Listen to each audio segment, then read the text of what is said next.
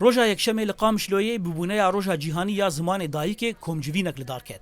Komcivîn ji aliyê desteya perwerdê ya Bakur û Jilatê Sûriyê hat organîzekirin.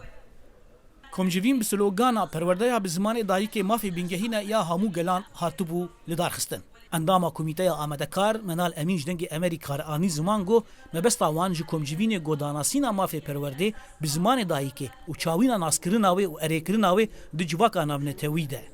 براستی جی ارمانجا مجبور کم خبات دروجه که وهاده که وگلن سروی آخر جیان دکن پیکاتن سروی آخر جیان دکن که اوجی ما فی واه که پرورده خواب زمان دایی که خواب ببینن هم جی سر استا ناف دولتی جی اعترافک به زمان ما وری کرن به پرورده به زمان دایی که ما وری کرن. Du komcivînê de pispor, zimanzan, mafnas ser asta Bakur û Jilatê Sûriyê bejdar bûn. Her wisa mesajên vîdyoyên kesayetên navneteweyî yên got heskir û zimanzanên Kurdî ne du komcivînê de bejdar bûn. Zimanzanê Emerîkî di mesaja xwe de giringiya perwerdeya bi zimanê dayîkê anî ziman. Cejna we ya roja zimanê zikmakî pîroz be. Hevalên birêz, ev gotinên hanê gotinên min yên şexsî ne û ne yên kitêbxaneya Kongresê ne. Gava ku mirov tê tepeser kirin yan perçiqandin ji ber ola wî yan zimanê wî yan ji ber aidiyeta wî bo her kêmaniyekê, her aqaliyekê bersivdana mirovan cur bi cur dibe. Hin kes dev ji wê olê yan ji wî zimanî berdidin da ku xwe bişibihînine piraniyê, aglabiye û bi wî awayî ew rûyê zulmdar û zordestan spî dikin. Hin kes jî her berdewam ola xwe yan zimanê xwe diparêzin bey ku xema zulmdar û zordestan bixwin û nahêlin ku ew zordest bibne sedema guhartina wan.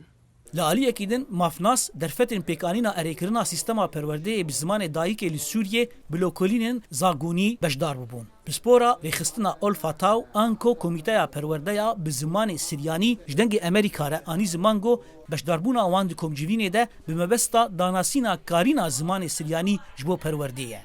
احنا هركي اثينا كو لوم التدانو ام ایرو دگل همو پیکاتین دن ین کرد عرب و سوریان جبو روژا جهانی یا زمانی دایی که بشتاری و کمجوینه بونه. امت پیکاتا سوریان مافی خواه کو زارو کنمه پرورده یا خواه به زمان سوریانی داخواز دکن. هری کم لسر استا خوجهی کو ریبازه کندنه به زمان سوریانی به داین.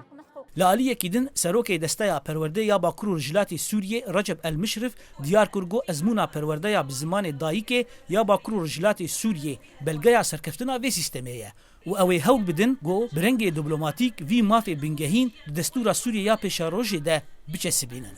بأننا نحن في شمال وشرق سوريا لباكوري روشلاتي سوريا ام همو زمانين دايكن لهريمين همو بكاتان دا آخفن وزاروكك تني جيبي ما في خوي پرورده بزمان دايكي نامينا لهر جهه اولي با ولهر جهه اولي جيان بكا. Hêjaya gotinê ye got komcivîn li ser du qunaxan hatibû dabeşkirin ya yekê di mafê herêmî û navneteweyî de mafê perwerdeya bi zimanê dayîkê. Di beşa duwem de sîstema Bakur û Jilatê Sûriyê de perwerdeya pirzimanî û pirçandî. Komcivîn li ser du qunaxan her du mijar got û pêşkirin. Zana Umer dengê Amerîka Qamişlo.